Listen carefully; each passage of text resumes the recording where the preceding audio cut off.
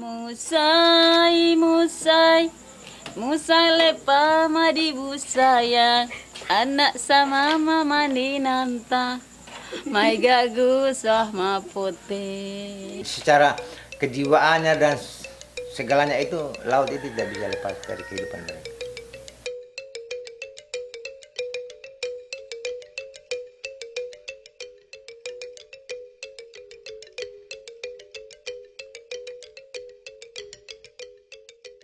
Indonesia, a country in Southeast Asia and known as the largest archipelagic nation in the world. As the nation with the fourth largest population, Indonesia is home to more than 200 million people of different ethnicities. As an archipelago country where the majority of its area consists of water, many of Indonesia's ethnic groups have remained isolated. One of these ethnic groups is the Bajo tribe. The Bajo tribe, or known as the last nomadic sea gypsies, is a community who live on the ocean. The people of Bajo tribe are well known for their ability to dive under the water without any equipment. Bajo freedivers can dive to depths of over 20 meters and stay there for several minutes on a single breath as they go in search of fish. As if that were not enough, Bajo children show that they have unusually good underwater vision because their eyes have adapted to the liquid environment. The Bajo tribe are known for their unique way of living. The tribe has lived on the sea for at least 400 years. They live on boats or in stilt villages out of at sea. In the past, the Bajo tribe lived for months at a time on the ocean. The people of Bajo tribe will dive meters to catch fish for food or to sell to the coastal cities nearby. While some still retain this nomadic marine existence, an increasing number now live in the stilt communities or have given up sea-based life altogether and moved to coastal cities.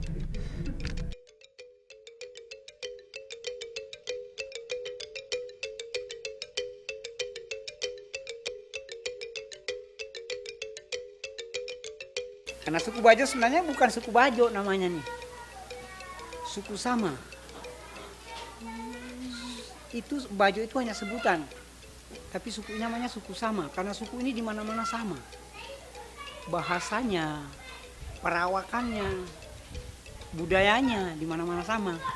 Makanya suku ini namanya suku Sama. Mulai dari semua suku yang ada di Indonesia, suku yang ada di Malaysia, suku yang ada di Filipina, semua suku Bajo itu namanya suku Sama.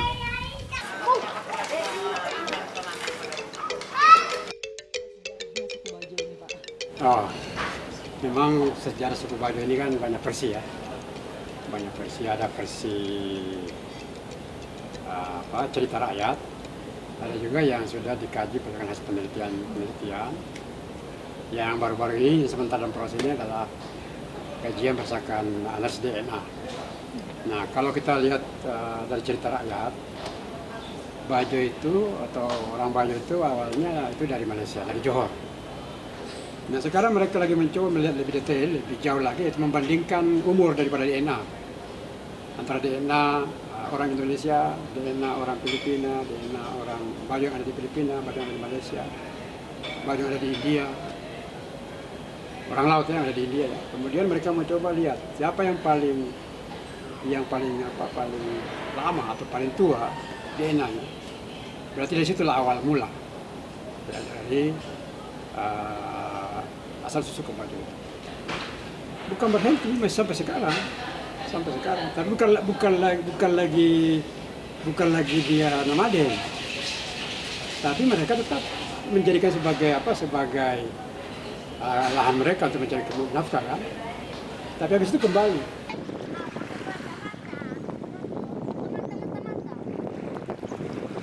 Atau ada 4 cara orang Bajo berinteraksi dengan kolam terang. Yang pertama itu disebut yang palilibu. Palilibu itu artinya orang Bajo itu pergi mancing atau pergi ke laut mengambil hasil laut, tapi pulang juga hari itu. Tidak jauh dia pergi. Ada pongka. Yang kedua adalah pongka. Pongka itu adalah mereka pergi ke karang, bermalam mungkin nangkap ikan, mungkin seminggu 2 minggu lalu mereka dia bikin produksi ikan karang, ikan asin. Kemudian pulang. Nah kemudian mereka mungkin pergi ke merantau ke daerah orang lain, pergi menangkap ikan itu jauh dari kampungnya. Itu namanya lama. Lama itu. Pergi mungkin 1 bulan, 2 bulan nangkap ikan. Yang keempat adalah sakai. Sakai ini juga sama dengan berlayar, tapi dia tidak semata-mata ikan. Ini dia jual mungkin kopra. Bisa setahun mereka berangkat berlayar.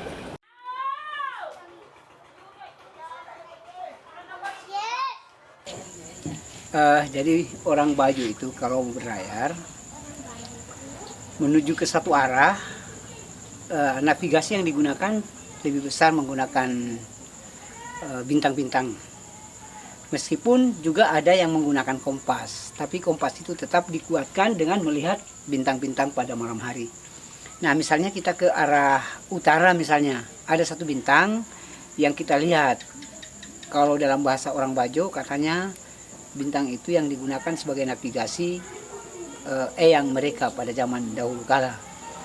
Nah, kalau sekarang di ilmu perbintangan mungkin dikenal dengan banyak istilah. Hanya saja orang Bajo bilang tidak terlalu pandai menyebut itu. Mereka hanya menyebut ada yang namanya lalayah, ada yang namanya pupuru, ada yang namanya abah.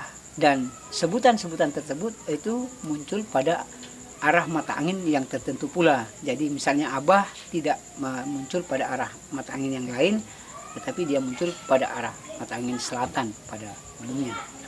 Begitu pula misalnya lalayah, dia akan terlihat pada arah mata angin timur, sehingga tidak berbenturan. Begitulah cara-cara orang Bajo berlayar mengarungi samudra untuk menempuh satu tujuan hanya dengan melihat bintang sebagai navigasinya. Makanya yang lebih menguatkan itu adalah arus. Bagaimana misalnya ombak itu, arus itu dirasakan pada saat berlayar. Jadi kalau misalnya dia mengarah ke selatan dengan melihat satu bintang yang menuju arah selatan, dia tetap akan merasakan ombak dan angin. Jadi kalau kita lihat per dinamika, dinamika perubahan, utamanya dari segi tempat tinggal ya. Sebelum abad ke-18 kan mereka kan di perahu. Orang Bajo itu tinggal di perahu, sehingga disebut manusia perahu kan. Tapi setelah awal abad ke-19, ke-18 itu sudah mulai tinggal di pesisir. Tapi belum menetap. Ada situasi yang tidak mereka, misalnya situasi mereka yang tidak nyaman bagi mereka, dia pindah lagi. Ya, jadi karena dia nomaden, si Gipsi kan nomaden. Abad ke-18 itu mereka sudah banyak yang mulai tinggal sebetulnya bukan di darat, tapi di laut, di pesisir yang dangkal. Mulai tancap rumah di situ. Mereka menetap itu setelah melihat bahwa di daerah itu ada sumber kehidupan. Pertama-tama itu air yang berdekatan dengan pantai. Kemudian lautnya itu memungkinkan ada hasil-hasil laut banyak. Kalau mereka sudah tinggal di situ, mereka mulai bangun rumah. Lalu undangnya orang dari luar ke situ tinggal sama-sama, keluarganya mereka. Nah, kemudian awal abad ke-19 mereka sudah tinggal di darat. Sebagian tinggal di darat, di pesisir, di pulau-pulau kecil. Yang menjadi kesulitan sekali lagi bahwa mereka itu adalah tempat tinggalnya. Satu rumah itu ya paling kurang 2 rumah tangga. Rumah-rumah kecil-kecil begini ini sudah 2-3 rumah tangga itu.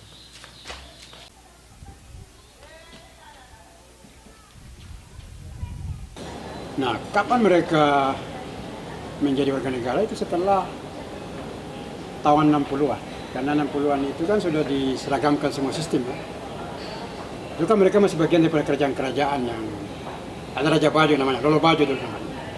Semua kerajaan-kerajaan kecil itu menjadi lebur, tinggal yang Kesultanan Jogja dan beberapa kesultanan yang bertahan. Nah, pada saat itulah mereka dibentuklah satu dusun-dusun mulai tahun 60-an. Dusun, ya, dusun-dusun kemudian menjadi desa.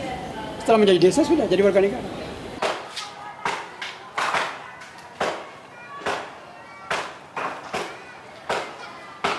Dan ini masyarakat yang paling besar ini.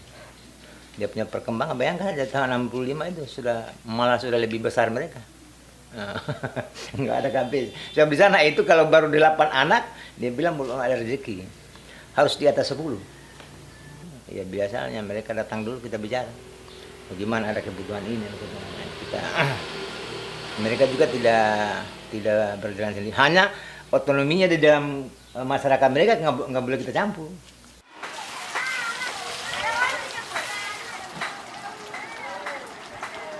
Makanya pertama-tama mereka ini kita jaga.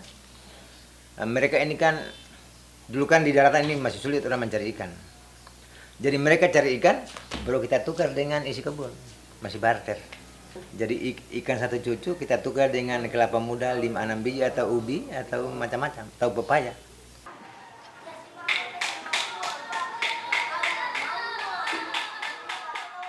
Masyarakat Bajo ini di laut.